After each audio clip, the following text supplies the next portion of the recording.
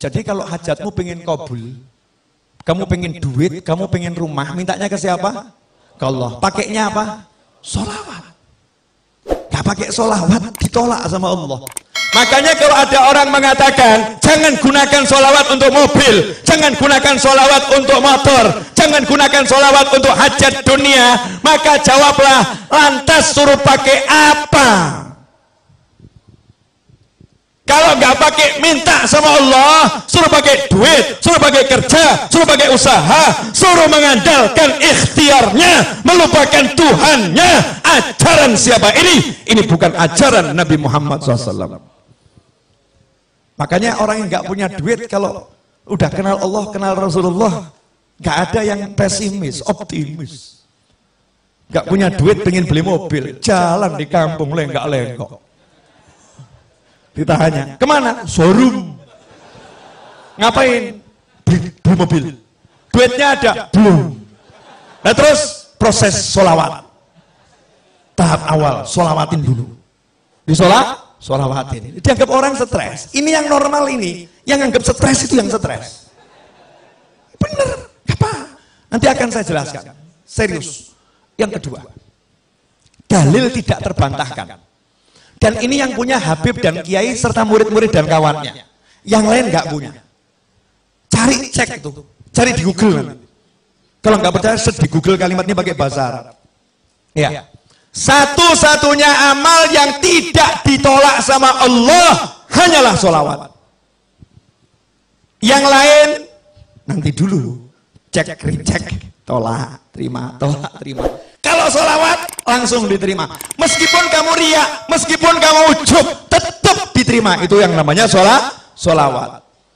Habib, Yai, masa bisa sholawat mengalahkan sholat? Nah ini pemikiran gak beres ini.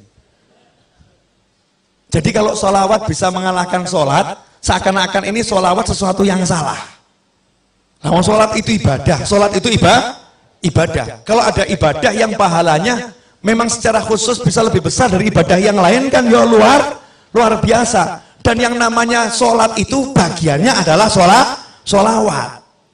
Paham? Jadi kalau nggak ada sholawat tidak ada sholat. Ini harus dipahami. Sabar. Pelan-pelan. Step by step. Biar nggak gagal paham ya. Ayatnya, innallaha wa malaikatahu yusalluna 'alan nabi ya ayyuhalladzina amanu sallu 'alaihi wa sallimu taslima. Allahumma shalli wa sallim wa barik alaihi. Setiap mau mulai maulid dibaca enggak ini? Dibaca kan? Ayat ini dibaca. Coba diterjemahkan. Inna, sesungguhnya, innallaha, Allah bersolawat kepada Nabi, wa malaikatahu, dan malaikat-malaikat Allah bersolawat kepada Nabi. Hai orang-orang yang beriman. Siapa yang manggil?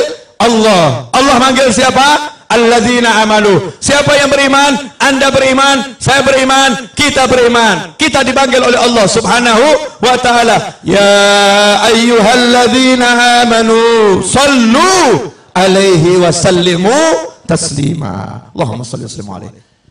Hei orang-orang beriman, kalian semua tanpa terkecuali sholawat dan salam kepada Nabi yang banyak dan yang baik. Betul? Ayat ini turun kepada sahabat. Sahabat orang yang paling paham bahasa Arab. Sahabat orang yang paling paham bahasa Arab. Makanya jangan belajar Al-Quran dari terjemahan. Gak pernah sampai nanti. Belajar Al-Quran dari ulama. Gak bisa dari terjemahan. Subhanallah. Nanya sama Nabi sahabat. Amma salam qad arafna. Kalau salam kami udah tahu ya Rasulullah caranya. Assalamualaikum. Tahu salam. Wa kaifa nusalli alaik. Tapi kalau salam, kaifa. Mas sholah sama kaifa sholah itu beda. Kalau mas sholah, apa itu sholawat? Bentuknya apa? Bentuk. Bentuk. Tapi kalau kaifa, itu bagaimana caranya bersolawat. Paham? Sahabat tidak pernah mempertanyakan bacaan sholawat. Yang ditanyakan sahabat, caranya bersolawat. Antara cara sama bacaan itu dua hal yang jauh berbeda. Sahabat nanya, kaifa nusalli alaik? Jawaban Nabi apa? Qulu, caranya kamu cukup mengucapkan Allahumma sholli ala sayyidina Muhammadin wa ala ali sayyidina Muhammad. Allahumma sholli wa sallim alaihi. Bukan bentuknya. Kalau bentuknya macam-macam. Ada sholawat Ibrahimiyah, ya. Ada sholawat yang untuk keluarga Rasulullah, ada sholawatnya sahabat, ya. Ada sholawatnya tabi'in, ada sholawat Nabi yang diajarkan ulama di dalam mimpi. Macam-macam. Ada sholawat yang dikarang oleh para ulama. Bentuknya bebas. Bentuknya bebas. Caranya ini yang benar.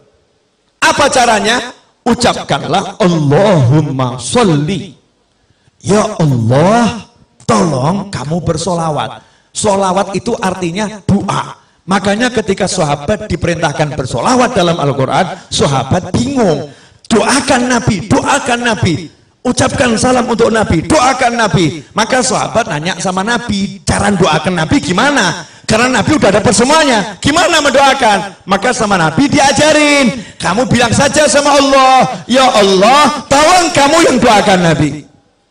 Allahumma sholli. Ya Allah, tolong kamu yang bersolawat sama Nabi. Ya Allah, tolong kamu yang bersolawat kepada keluarga Nabi Muhammad SAW. Dah, sekarang dicek dulu, cek pemahamannya udah nyampe belum?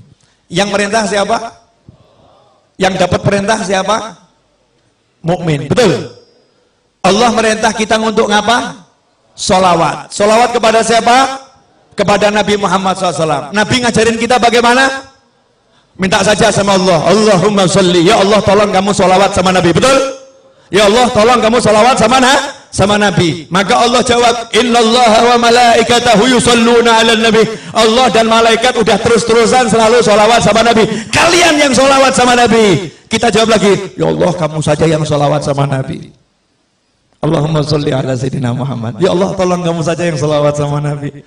Allahnya jawab, innallaha wa malaikatahu yusholluna 'alan nabi ya ayyuhalladzina amanu shallu 'alaihi wa sallimu taslima. Kita diajari Nabi, kembalikan ke Allah, kembalikan ke Allah. Ya Allah, tolong kamu saja yang salawat ke Nabi. Allahnya bilang, aku udah salawat sama Nabi dan terus salawat sama Nabi. Malaikatku salawat sama Nabi terus. Giliran kalian salawat sama Nabi. Kita jawab, Allahumma, ya Allah, tolong kamu yang salawat sama Nabi. Pertanyaan saya, sejak kapan kamu pernah bersolawat? Pernah enggak kita bersolawat? Gak pernah. Yang ada itu kita meminta agar Allah bersolawat kepada Nabi. Pertanyaan saya, nah kalau kita minta sama Allah untuk solawat, terus yang solawat siapa? Allah. Yang solawat? Allah. Akankah Allah menolak Allah? Akankah Allah menolak Allah? Tentu tidak. Itu yang pertama. Yang kedua, kita minta kepada Allah untuk kita atau untuk Nabi? Allahumma sholli ala sayyidina Muhammad. Ya Allah, tolong kamu bersolawat pada Nabi Muhammad. Berarti kita minta kepada Allah untuk siapa? Untuk Nabi. Lah kalau ada orang minta buat Nabi, kira-kira sama Allah diterima atau ditolak? Dan mintanya kepada Allah, ya Allah, tolong kamu, saya minta kepada kamu sesuatu untuk Nabiku, untuk kekasihmu. Tolong ya Allah. Kira-kira sama Allah dikasih atau nggak dikasih? Dikabulkan atau nggak dikabulkan? Kenapa? Untuk kekasih Allah semua diberikan oleh Allah. Makanya kamu riak, kamu ujub kalau minta untuk Nabi Muhammad SAW pasti diterima oleh Allah Subhanahu Wa Taala. Jelas? Nah, bagian asiknya di sini. Akhirat. Bab duit. Ini sebetulnya rahasia para wali. Nggak boleh di-share seharusnya. Cuman malam hari ini dan bulan ini bagusnya di-share. Karena di Indonesia lagi banyak orang pusing. Harus dikasih ilmunya biar nggak pusing semua. Biar pusingnya terarah. Pusingnya terarah. Begini loh. Masih ingat cerita Nabi Muhammad SAW ketika menceritakan dahulu di zaman Nabi-Nabi terdahulu ada 3 orang yang berteduh di dalam sebuah gua, kemudian ada batu yang jatuh dari atas menutup mulut gua. Ingat kisah itu? Kemudian mereka berusaha mendorong batu yang besar itu, mendorong batu yang besar, mendorong batu yang besar. Ternyata batunya tidak bergerak, betul? Jangan dilanjutkan dulu ceritanya. batu besar didorong, nggak bergerak. Seharusnya ini urusannya dorong atau traktor? Traktor, betul ya? Urusan batu ini kan urusan traktor, paham? Kamu mau beli mobil, duit nggak cukup, uang nggak cukup. Seharusnya urusannya apa nih? Ngutang ya? Minta tolong sama orang, ditambahin duitnya, betul? Tapi ngutang siapa yang mau ngasih? Nggak ada yang mau ngasih. Ini dorong nggak bisa, siapa yang mau nolong? Wong terkunci di dalam, nggak bisa. Maka minta tolong kepada Allah Subhanahu wa ta'ala. Nabi mengajarkan mereka 3 orang yang minta tolong ini masing-masing berkata, ya Allah, saya pernah punya amal yang begini. Kalau amal itu kamu terima, ya Allah, tolong geser batu ini, betul? Maka bergeser batu sedikit. Yang kedua ngomong yang sama, bergeser batu sedikit. Yang ketiga ngomong yang sama, bergeser batu sedikit. Akhirnya cukup untuk lewat 1 orang, 1 demi 1 keluar. Artinya batu yang menutup tergeser, hajat terkabul. Karena ketiga-tiganya bertawassul dengan amal yang diterima oleh Allah Subhanahu wa ta'ala. Itu untuk nabi-nabi terdahulu. Untuk kamu, Rasulmu udah ajarin. Jangan yang nabi terdahulu, Nabi Muhammad SAW. Ada satu amalan yang tidak mungkin ditolak. Apa namanya tadi? Sholawat. Makanya pinternya Habib sama Kiai. Sengaja saya terus sebut Habib sama Kiai, Habib sama Kiai, biar Indonesia paham ilmunya Habib dan ilmunya Kiai, ilmunya Habib dan ilmunya guru. Mereka orang-orang yang luar biasa. Meskipun penampilannya biasa-biasa saja, meskipun penampilannya mungkin baju takwa nggak jelas, mungkin sandal aja warnanya beda, sandal warnanya beda, nyantai. Mungkin kalau dilihat orang ini orang nggak jelas, tapi ilmunya luar biasa. Rumahnya mungkin reot, reot. Coba perhatikan. Habib sama Kiai dari zaman dahulu kala ngajarin, kamu kalau punya hajat baca nariyah 4444 kali. Selesai nariyah bilang, ya Allah berkat sholawat nariyah kabulkan hajat saya, betul? Kamu kalau punya hajat, baca maulid simtuduror, barzanji, burda, dibak, dan sejenisnya. Selesai maulid bilang, berkat maulid ini ya Allah kabulkan hajat saya, betul? Kamu kalau punya hajat diajari Habib Kiai, baca munjiah 1000 kali, sholawat A sekian kali, sholawat B sekian kali. Selesai bilang sama Allah, ya Allah berkat sholawat yang aku baca tadi, kabulkan hajat saya, betul? Pertanyaan saya, ajaran Habib sama Kiai ini berasal dari mana? Dari ajaran langsung Nabi Muhammad Sallallahu Alaihi Wasallam. Amal yang tidak ditolak. Dan buat kita amal yang tidak ditolak adalah sholawat. Makanya kalau kamu pengen beli mobil, baca nariyah 4444 kali. Tapi jangan diwakilkan. Kalau kamu wakilkan, yang qabul yang mewakili. Karena judulnya ini mau tawasul dengan mujahadahmu, dengan usahamu. Gantinya dorong batu tadi loh, usahanya duduk di kamar. Nanti kamu masuk kamar bilang sama istri, dek saya mau beli rumah dulu ya, jangan diganggu 5 jam, siapkan kopi, teh, dan makanan. Kunci kamarnya jangan diganggu, kholwat 5 jam, nariyah, munjiah. Anaknya ditanya sama ibunya, nanya sama ibu, ayah mana? Beli mobil, di mana? Di kamar. Masya Allah. Keluar dari kamar ya, ayahnya ada tamu, terus anaknya cerita, ayah tadi beli mobil, oh iya benar, di mana? Di kamar.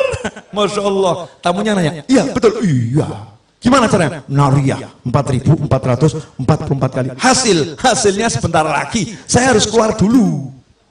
Hasilnya sebentar lagi saya harus keluar dulu. Baru dia keluar, jalan ke pasar, jalan cari obyekan, jalan dia bergerak. Nanti itu sholawatnya akan bekerja. Sholawatnya akan bekerja. Loh, kalau Nabi yang terdahulu saja umatnya di dalam gua nggak ngapa-ngapain, diem saja, gerak sendiri. Lah kamu udah pakai sholawat, masih pakai kerja, nggak kabul ya nggak mungkin. Mana imanmu? Mana yakinmu? Mana percayamu? Jangan percaya dengan fata morgana. Pekerjaan itu fata morgana, perencanaan itu fata morgana, ajaran nabimu itu nyata, saudara-saudara.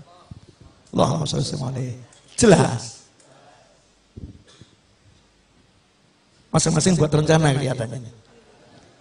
Mulai pulang mau sholawat. Mau sholawat. Mujahadah, baca sholawat. Ini kalau semua ngamalin sampai nanti sudah terwujud, komisi nggak nyampe Solo, awas. Oh, namanya guru tuh harus dapat komisi, yang ngajarin kan ya. Perdagangan kan begitu kan ya. Yang ngajari kan dapat apa itu, hak cipta ya. Royalti. Nah, royalti nggak usah banyak-banyak, udah 10%. Royalti 10%. Ikhwani rahimakumullah. Jelas yang saya sampaikan? Jelas? Sekarang hidup ringan atau berat? Ringan ya? Gak usah repot, kita punya Nabi Muhammad sallallahu alaihi wasallam. Ada yang masih ngeyel, mungkin nonton orangnya. Sebentar. Masih belum puas? Oke, satu lagi. Yang di rumah tuh masih belum puas dalilnya. Wa may yattaqillaha yaj'al lahu makhrajan wa yarzuqhu min haitsu la yahtasib. Siapa takwa kepada Allah, Allah akan selalu memberikan solusi untuk masalahnya, apapun itu masalahnya. Wa yarzuqhu min haitsu la yahtasib. Dan Allah akan selalu memberinya surprise rezekinya surprise, rezekinya kejutan, tidak bisa dipikir dari mana datangnya, tahu-tahu muncul. Itu namanya min haitsu la yahtasib. Bahasa kerennya surprise, itu kerennya. Rezekinya surprise. Ayatnya itu, lihat asbabun nuzulnya. Asbabun nuzulnya tentang suami istri yang anaknya tertawan oleh musuh. Terus suami istri ini menghadap Nabi Muhammad SAW. Terus ngomong sama Nabi, anak saya ditawan musuh. Apakah Nabi kirim pasukan untuk membebaskannya? Apakah Nabi mengatakan, satu sahabatku nyawanya seperti nyawa seluruh umatku, maka akan kukerahkan seluruh pasukan untuk bebaskan anakmu? Apakah seperti itu? Enggak. Nabi mengajari, pulanglah kamu ke rumah, ajak istrimu, bacalah haula wala quwata illa billah. Maka sang suami pulang ke rumah. Sampai di rumah istrinya dikasih tahu. Apa jawaban istri yang solihah? Masya Allah, petunjuk yang luar biasa. Ini anaknya ditawan. Nabi nggak kirim pasukan. Nabi nggak kirim pasukan khusus. Nabi tidak buat perencanaan untuk pembebasan secara zahir. Tapi Nabi ngajari, ucap la haula wala quwata illa billah. Istri ini mengatakan, ini cara yang paling hebat. Ini petunjuk yang luar biasa. Sekarang suami pergi ke tempat kiai, pergi ke tempat habib, penuh dengan yang namanya masalah, kemudian diajarin Kiai Habib, baca Simtudurur di rumahmu setiap malam Jumat, akan selesai masalahmu. Pulang ke rumah, ngomong sama istri, istrinya menjawab, maulid lagi, urusannya duit kok suruh baca maulid, urusannya utang nggak selesai kok suruh baca maulid. Na'udzubillah, amin. Mana perencanaanmu, mana strategimu? Rasulullah enggak membuat strategi, sahabatnya tidak suruh membuat strategi, suruh duduk zikir kepada ilahi Rabbi. Hasilnya subuh, ketok pintu rumah, anaknya datang, assalamualaikum, rangkulan nangis. Anaknya datang bawa kambing sejumlah lembah itu ya, lembah. Di riwayat yang lain kuda sebanyak itu, masya Allah. Maka sang ayah ini langsung ngadep ke Rasulullah SAW. Ya Rasulullah, anak saya udah pulang, selamat, bahkan bawa rampasan perang. Ternyata anaknya ketika ditawan, yang nawan dibuat tidur sama Allah. Kemudian anaknya bisa melepaskan ikatannya. Anaknya kemudian melarikan diri. Dan ternyata kambingnya saat itu, dan atau kudanya saat itu, semua ikut sama anak tersebut ke Madinah Nabi Muhammad SAW. Sehingga sampai depan pintu, orang tuanya bahagia, anaknya bahagia, kambingnya juga bahagia. Kambingnya hijrah dari tangan orang kafir ke tangan muslimin. Apa kata Nabi? Muncullah itu turun ayat, wa may yattaqillaha yaj'al lahu makhrajan wa yarzuqhu min haitsu la yahtasib. Makanya kalau kamu pengen solusi, kamu pengen rezeki, jalannya takwa. Dan salah satu jalan takwa yang terbaik adalah sholawat pada Nabi Muhammad sallallahu alaihi wasallam. Makanya kalau ada orang mengatakan jangan jadikan sholawat untuk cari dunia, orang ini tidak paham ilmunya Allah dan Nabi Muhammad SAW. Justru kalau kamu butuh dunia, pakailah akhiratmu, pakailah Allahmu. Itu namanya orang yang mengandalkan Allah Subhanahu wa ta'ala.